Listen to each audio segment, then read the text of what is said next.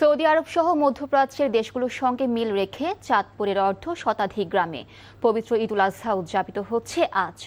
সকাল থেকে জেলার বিভিন্ন এলাকায় ঈদের আনন্দ ও উৎসবের আমেজ ছড়িয়ে পড়ে। চাঁদপুরের হাজীগঞ্জ উপজেলার ঐতিহ্যবাহী সাদরা দরবার শরীফকে কেন্দ্র করে এ আগাম ঈদ উদযাপন হয়।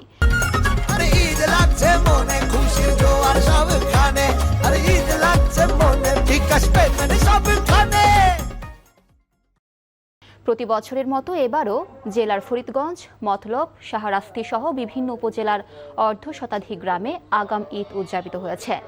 সৌদি আরবের সঙ্গে মিল রেখে মৌলভীবাজারেও পবিত্র ঈদুল আজহার জামাত অনুষ্ঠিত হয়েছে।